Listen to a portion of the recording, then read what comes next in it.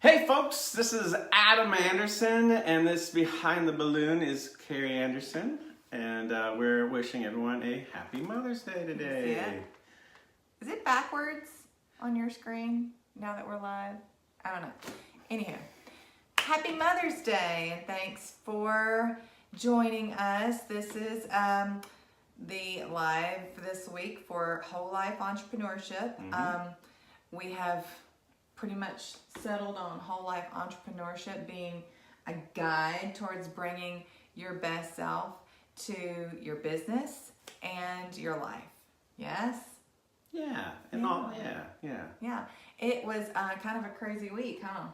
It was a fantastic week. It was a great week. Adam and I spent all of last week in New York City. New York City! Yeah. We were doing some training up there, and haven't been to New York City since I was like 15. And when I was there on a school trip. So pretty sweet. It was a very different trip this time. Much more drinking. Well, I hope. I hope. I'm not projecting what 15-year-old Carrie was like, but I'm hoping the punchline was not like, I drink so much less than I did when I was 15. Let's just say, I hope our daughter is not like her mother. That's complex, man. Scars of the past make up the person of the present. It's super complex. Yeah, so we were there in New York doing conflict resolution and mediation training. It was romantic. It was delightful. We met some really cool people, though. We did. We met some awesome people, and we got to hang out with some of our friends who were either in the city at the same time as us. Shout out to Chelsea. Or that, live in the city, and we just got to spend some time and hang out with them while we were there. And while we were there, Susie and Holla. Yeah, Susie and Holla. It was great to see you guys. And then while we were there, we went to see Hamilton. Super huge bucket list item of mine. So it was a very, very good week. But we're glad to be home. And it seems like so long ago since I wrote the blog post from this past week. So much has happened this week, just in really pulling together some of what we've learned and putting it with what we've already established as the backbone of our methodology. And we just wanted to kind of take some time and go through some of the points and just let you guys in on how we're thinking about elaborating on those key backbone components as we go forward. So Adam, why don't you just, for the record, especially for those who aren't in the group who will be seeing this for the first time, explain what the 3 C's are. The 3 C's are the basics of the WLE methodology. Wow, thanks so much for that setup. I feel completely ready now to communicate to you about all the things. So the 3 C's is something Carrie came up with as she was finding a way out of a really dark part of our marriage, and these things worked for her, and they are chill, communicate, and community. And the way she used those tools to pull herself out were kind of like the whole baseline, right? So what we have been really trying to do over the last couple of months is pull in other people's wisdom into that 3C framework. And so that's one of the reasons that we've been so busy lately, is we have just been absorbing so much great wisdom from this community, from other communities, right. And we're now applying some of this stuff to the WLE stuff. So we got chill, communication, community. You're gonna see Carrie and I look like this every once in a while. Reason is because I have a really cool whiteboard that I rolled over that has all the stuff on it. Maybe one of the 2 whiteboards that we ordered, the other one. We're not talking about that one. It's bad blood. Hashtag thanks Amazon. So, yeah. Why don't we start with chill? What have we learned about chill? Chill was for us, how do you fill yourself back up so you bring your best self to your relationships and to your business and all of that stuff? How do you chill gooder together? Gooder. What has chill become now? Well, remember when we were in Hawaii and you and I had a conversation about chill and how chill seems to be a little bit different than the way we've described it. It was kind of a shock to me that when I say chill, I thought that meant like, you know, what fills you up on your own, and then how you bring that to your relationship and what you guys do together to make memories, to spend quality time together. That's kind of what I was thinking. But it seems to be going in a little bit of a different direction. So we've changed chill, or we're in the process of adding to chill, rather. Right. So we're talking chill as in connection. How do you connect with who you are as a person, where you are there in that place and time?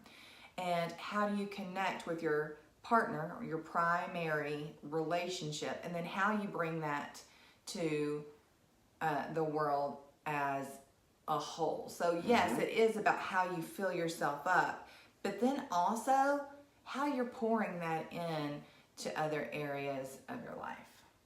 I like the hand movements you're using. I don't know what to do with my hands. I don't know. Just hold them down, Ricky Bobby. So, it's not that we're throwing away. That's not. It's not that we're throwing away the previous concept of chill being how do you fill yourself back up? How do you identify who you are? How do you do the major themes, personal identity, all this stuff? That's still there. Yeah. But what we have discovered and what Carrie is really laying out very well is, if you don't take that information and connect it back into something important, like you can understand, oh, this is who I am and here are my major themes, but I don't do anything with it, then you're not connecting that wisdom back to yourself. If you don't do that in an intentional way where you figure out what's going on with your partner, with the key people in your life, and you don't connect with them, then learning how to chill is absolutely useless without this part called connection. I also think, too, that it's how you connect your essence to your purpose. Especially when you're talking about this trickle-down effect from who you are at your best level, and then who you are in your relationship, and then who you are in the business and the world. I don't know if we can do that. Because we're dividing everything into threes and then things in threes again. So we have connection, self, partner, world. I don't know if we can throw purpose in there. That would really throw off our idiom. Well, I think your purpose in the world. Oh, purpose in the world. See what you did there, guys? Money. Cool. So the next thing... We're going to force our wisdom into groups of three, no matter what. But you know what? It works really well that way. I tried to keep everything in C's, but there are only so many. It got confusing and congested, and there was really crazy. Yeah, it was a real conundrum. So the next thing that we talk about is communication. Okay, Yeah. well, this is where we've really been sort of shaken up this week. Well, why don't I start off with what it was? Okay, so we started with communication with the hypothesis that if you're not on the same page with your partner, then all communication is lost. Not wrong. Right, and if you are having unspoken expectations, like she never knows what I'm expecting from her and I don't know vice versa, we're not on the same page, 100% of our conversations are going to be under stress. Bad stress, not the good kind. So we had to say, yes, that may be true, but there's a couple things that need to be sharpened and modified about that, because we still have the family business meeting, which is where you get to practice every week communication and getting on the same page. But some of the prep work that we've learned really needs to be done before you get to the family business meeting. Otherwise, that's not a 15-minute meeting. No, that's just a really good... Anyway, I digress. So let's turn into something completely different. Yes, conflict. Another C. That's another one. It's good. Yeah. So what's going on with communication now? So you're right. The family business meeting is still super important, and it's still a very key component to whole life entrepreneurship, because it really is where you sort of lay your ground rules and then practice them regularly. Practice taking some of the emotionality out and looking at your family as if it were a business, and then giving your family and your life as much weight as you would your business. But he used the right tags in saying prep work. So you really do have to kind of front load a little bit with a little bit of self-mediation. And separating a little bit of truth from facts. When I say that, I mean to say I have been known to have the very strong opinion about, just because if somebody is expressing it and somebody is feeling it, then that's their truth. They have the right to feel that. So I think a lot of times when people are made to feel like their feelings are being minimized or poo-pooed, it becomes this big, huge hurt, and it turns into a bigger beast altogether. So I think when we're talking about, looking and self-mediating, getting ahead of a conflict, it's a really good time to do a heart check. Check yourself and really consider what you're telling yourself is true, because you could be completely off base from where your partner is. You could, your imagination could have completely run away with you, and it's just because we didn't take the time to say, okay, yes, this is true to me now, but are they the facts? So the facts are different than truth. Facts are data. It's 72 degrees outside. That's data, that's fact. If I'm from Alaska, I'm like, that is super hot, and that is my truth. If I am from the equator, I'm like, 72 degrees, I'm freezing. We're freezing. Same data, two different truths. Right. Neither one are wrong. Not wrong. So Carrie's got written up on the board here, you can't see, it says perspective, self-mediation. The story I'm telling myself is ... Can you dive a little bit more into where perspective comes in on, having empathy for the other person, that your truth might be different than my truth, but they're based off of the same facts? Right. Well, I think that's where we get into this trap within conflict of just really trying to push our own agendas. And I think when you take the time to reflect on what you're actually trying to get out of a conflict before you go into it, it really changes the game. So it gives you a little bit of context going in, so that you basically know what you're fighting for. And that's how we fight fair. Because once we've both got our eye on the ball, not like this, right? But if we're both looking in the same direction towards the same problem, we really have the goal of solving this problem in common. Not my problem and his problem. We share the problem, and it kind of changes what the outcomes are going to be and how quickly you can come to an outcome. The other thing that we talked about within this training that we did was the concept of weight. So weight is basically active listening, okay? But WAIT is WAIT, and it stands for why am I talking? So we all, and maybe this is just us. We just tend to talk over and around and just... No, it's everybody. It's not just us. Some people really clam up and don't want to talk. Particularly those guys. We're going to tag you all. Look at that. It's his fault, not her fault. But some people stonewall. Some people shut down. Some people don't have the verbiage to say what they want to say. Or they don't feel safe. Or they're afraid. Exactly. They're afraid that they're going to be misunderstood. Or it doesn't matter what I say anyway. You're just going to believe whatever you want. You're just going to interrupt me again. Knock, knock.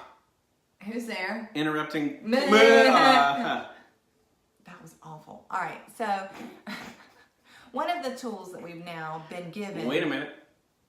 I'd like to jump back for one thing. Because we talked about some of the things, we haven't talked about belief. And I just really want to drive home how we arrive at our truths. right? A lot of this conflict comes from two different truths based on the same facts.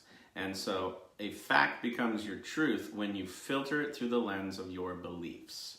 And so whatever you're believing, however you're approaching the world in that kind of form or fashion, that belief system is going to take facts and turn them into truths. If I'm in the equator, I believe this is cold. If I'm from Alaska, I believe this is hot. So when you look at, to really diving into it, you modify beliefs by managing perspectives. And so it comes back to what Carrie was saying, that having this perspective and being able to tell yourself positive stories and own the fact that your truths are not someone else's truths, but they are valid because they're based off of facts as you perceive them, gives you the power to change your perceptions and to be open to new things, which brings Carrie back to when she was talking about wait and active listening. Because if you show up and you're listening, but you haven't done a perspective check, then you're not listening to what she's saying to have a dialogue. You're listening to what she's saying, prepping your comeback so you can win the argument. And if you are not available to modify some of your beliefs and your truths based off of their perceptions, not just your own, you're not having a conversation. No, you're having a fight. You're having a fight, and that changes you from being partners, associates, working towards a common goal to being adversaries. Yeah. And that's a dangerous place to live in a relationship, but it's also a dangerous place to live as a boss, as an owner, as a parent. It's a very, very, very slippery slope. So one of the things that we were given tool-wise in our toolbox as we go forward, and you know, we may try and introduce some of this into the group. We may not. We'll see. We'll see how it goes with our conflict training, is this assessment called a CDP. And it is a fun old little assessment that you do, and it tells you who based you off are. of science. Science, yes. Tells you who you are when you come to a conflict. What kind of fighter are you exactly? And so it was very, very enlightening to each of us, because we got individualized results, and it tells you what you're good at. Well, you have constructive and destructive. And then it tells you what your hot buttons are. Yeah. So I had a couple of good constructive ones. I had one that was really high, and then I went to destructive. And my negative bad behaviors literally left the page. It was off the charts. I was off the charts on some of my negative stuff. And the only reason I'm able to function in the world is because there are some passive, constructive behaviors I do in conflict that mitigate a lot of these negative things. And part of that is me being able to take time before I do an emotional response. So I got a lot of this stuff with anger, with explosiveness, but I compensate for that by taking time before I respond. But guess what? That can look like I'm walking away. It can look like you're shutting down. It can look like... And do you remember what my hot buttons were? People who... Shut down. Who shut down. Who look like they're lazy. Who look like they're not making an effort. Adam and so, it was enlightening. It was very interesting to reflect on every argument we've ever had and see how those two things played against each other. Or for each other. I mean, There's some hard conversations that we do much better than the norm, and then there's some easy layups that how we're wired turn into huge arguments. For example, I didn't know this, but now that they said it, I completely get it. One of my hot buttons is too much detail. Yeah. If you give me too much detail, I'm just staring across the table like, you absolutely have no idea how life works. Even when I write blogs, you're like, why is this not just 3 points of information? Why are you making me read for 7 paragraphs? And by the way, who even writes some paragraphs anymore? That's only the way I sound talking to her about her blog. Because I'm trying to be as derogatory as I can because it makes her stronger. Oh yeah, you're just building me up as a person. So next we'll move into a little bit more discussion. sort of over the next week or so about successful conflict conversations. So Right. that's what we'll go from. So to recap, communication is belief. So we're changing unspoken expectations with belief. Right. We're keeping family business meeting in there where you'll go through and you're going to do some of this stuff, but you're adding weight to the family business meeting, because out of the family business meeting comes conflict. That's the battlefield, that's the playground, however you want to call it, where real conversations are happening, and you're going to have conflict. So we wanted to be able to provide you a skill set and a tool on how you actually can do that conflict. And the trick of the matter that we learned is, help me with the quote by Dr. What's-His-Face. It's not that we're fighting too much, it's that we don't stay in a conversation long enough to get out of conflict. Yeah. So we were told that a good conflict should take about 90 minutes, and that you need to schedule this, and it doesn't need to happen in the heat of it. Yeah. But if it's important enough in your 15-minute family business meeting, hey, I'm gonna go to Hawaii on Wednesday and leave you with the kids this weekend, and then I'll be back for a couple days, and then I'm gonna fly to British Virgin Islands for about a week and come back just in time to go to Germany to do a workshop, just in time to come family vacation. just in time to come back to go to Folly Beach. And as soon as we're done with Folly Beach, I gotta go back to a luxury island in Croatia. I think I need to check my perspective. So, but that's what's happening, and I dropped that during like the calendar stuff. She might have a reaction, A small one. and we might need to have a bigger conversation around how I make decisions around my time. That shouldn't be happening there, but now she can say, let's look at the calendar again, because I'm going to need 90 minutes of your time. We're going to have a conversation. Yes, exactly. So that's the point, right? That from the family business meeting, you have some structure and you know how to lead into these SCCs, a successful conflict conversation, a set aside time to discuss a point of conflict. Yes. So you literally put it on your calendar. You literally make that space for it, not pushing it. Now listen, all of this is good and fine. We have, just like every other family, we're a turbo family. We go 90 miles a minute. It's hard to fit those things in. It's very easy. What is it that you always say about how our family time?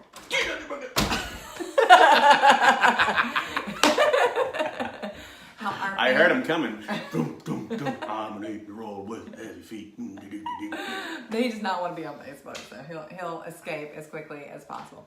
But Okay, buddy, off you go, please. you're literally Can I in. stay downstairs? Yes, go. Yes, please. Okay, By all thank means, you. close the door. Do I have to set a timer? Yes, at a time. See, we knew. What were you saying? Oh, I have no idea. Conflict? Nah. We'll probably have Why don't we some just move conflict on? with- Let's move on to community. Yeah, so the next the next C of the 3 C's. Chill, is- communication. Right, is community. And so community, up to this point, has been the basic people in your life and how they benefit your life. And we talked a lot about, having really quality people in your life, making sure that you're around the right kind of people, because consciousness is contagious, and the company that you keep really does matter. But also, we move that into providers a little bit. Like, who are the people in your community? Who are the people in your neighborhood? In your neighborhood? In your neighborhood? Who are the people in your life, the providers in your life, that make the world go around? The dog walker, the math tutor, your physical trainer. Like, who are those providers? If you don't have a provider, then we are working on ways to provide a provider list, a preferred provider community builder for you. We're working on that. That might be a year in the future, but we're trying to figure out how that could work. But also, that's where we fit in our Doomsday Book activities. Yeah, and the Doomsday Book is what happens if all of a sudden you're taken out of the picture, Right. or your significant other is taken out of the picture, and you now have to pick up the slack. So We're working with a good lawyer buddy of mine, John. We're getting some help out of the DC DCers communities. have been really, really on this topic lately. We're coming up with what do you need to have in case you get hit by the truck, right? So this is an example would be what's the lawyer's contact information, what's the insurance policy, and it just goes down and down and down. But also adding, tools such as LastPass or whatever to here's all the username and passwords stuck for all of the various accounts, because if I shuffle off the mortal coil and she has no idea how to get into my bank accounts, that's not helpful.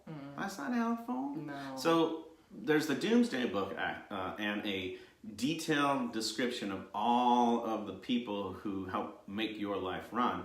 But then there's another that Carrie is calling the circles you spend time in, or your circles, or we're working on it. It's another C. And I think of these more as enrichment and empowerment circles. So you have your basic blocking and tackling, what makes life happen, but then you're really intentional with who are you putting into these other circles. Because you have to realize that all those people in those circles, they're putting energy into you, but you're putting energy into them. Yeah. So you want to be able to know that the people in your life you're showing up for, be it your business community, your family community, your church community, your college friends. I mean, are you doing your part? Are you being your best self for all of those people? Because I can honest to goodness tell you that I am not great at following up on relationships. I wish I were. Adam's very good with it. He still talks. We go on vacations with his high school friends. Hey, Val. Hey, Val. But I mean, Forrest turned into this group too.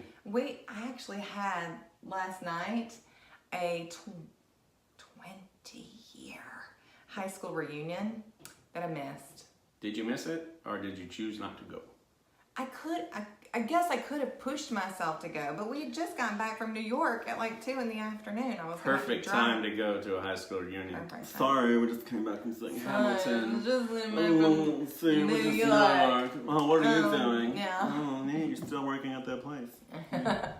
But anyway, I do think that it's really important for us to just have a real visual to see, again, where our energies are going. So here's what I've done in the past, and we're going to move away from this, but this was a pretty decent thing I did, if I do say so myself. And he does. I put my name in the middle of a mind map, and then I drew a line to all the various roles that I had. Husband, father, son, business owner, volunteer, and I just went on and on. I got about 17 of these roles that I had signed myself up for. And just looking at that, I was like, dang, that's a lot. How do I have time for that? But I made it worse because then I put off of each one of those roles, each of my responsibilities. And then each of the behaviors necessary for each of those responsibilities. By the time I was done with this mind map, I had to scroll so far out I couldn't even read the writing, and there was no way I could do any of the things I was trying to do because I had too many roles, because if you take each role seriously, you're going to do the work. So gotta be so careful when you decide you got a role. Be intentional. Because it's going to make a waterfall off of that. So what I had to do was start narrowing my roles. Who am I going to be committed to? What am I going to be committed to? What are the circles in my life that I'm going to go and take a role into? So now I got to say that I've got maybe 5 or 6 roles, and if you're not one of those key things, then I'm not committed to you. I won't be saying, yep, I'm going to go to event X, Y, and Z. Because if you're not part of my core roles, my core commitments, and that's what I'm hoping we can get with these circles, is that you can define, what are your core commitments and what? Commitment. That's a C. That's a C. Yes. Awesome. So I'm really excited about some of the direction that this is going in. I really feel like they all feed into each other. Your chill and filling you up is exactly how you know how much energy is going to be poured in to the same community that we just did in the circles. So if you do chill, right? I'm pointing over here because you can see it. The board. Let's do the 3 guitars. That's chill. If you can do this one, I don't want to do that. If you do chill well, then you will bring yourself full of joy. If you show up into a conversation filled with joy, man, that conversation's got no choice but to go better than if you came filled up with hate, anger, fear, self-loathing, all the things. So start with chill, get to a state of joy and enrichment, then bring that into hard conversations when you're communicating with your business, your spouse, your partner, your communities, all that stuff. And then after you had all these great things, it turns out you're building amazing communities and you're operating in them. And if you can narrow your story, I know, right? It's almost like this is math. It kind of is in a lot of ways. But we're really excited. I mean, just days and days of this level of excitement, like, oh, we're doing this. So that's very exciting for us. I think going forward this week, we will continue to do as much work as we can while Adam's in house. He's probably leaving this week to travel. Hawaii. Again, this time without me. And without our children. It's going to be so much easier. No. Life is not fair. But I think we will try and delve a little bit into the conflict stuff, just because I just think it's valuable information. And it's just very, very interesting to me, and realizing who we are in the middle of a storm is just super important in every area of our lives. So that's what you've got to look forward to this week with Whole Life Entrepreneurship. Again, happy Mother's Day. I don't know where there's my balloon. It's up there. It's really high up there. But we just really appreciate you guys hanging in there with us, and all of your interactions have been so very valuable to us in growing this thing and make it into something beautiful. So we appreciate your input. Anything else from you, Mr. Anderson? I had so much, but I really feel like you nailed it with that exit, so I don't want to ruin it by just keep talking. Did I just do that? Mm-hmm. Hey, let's sign off. Wave at the people. Bye, guys. Thanks again. Goodbye, people. You push a button. Do I hit this button here? Finish.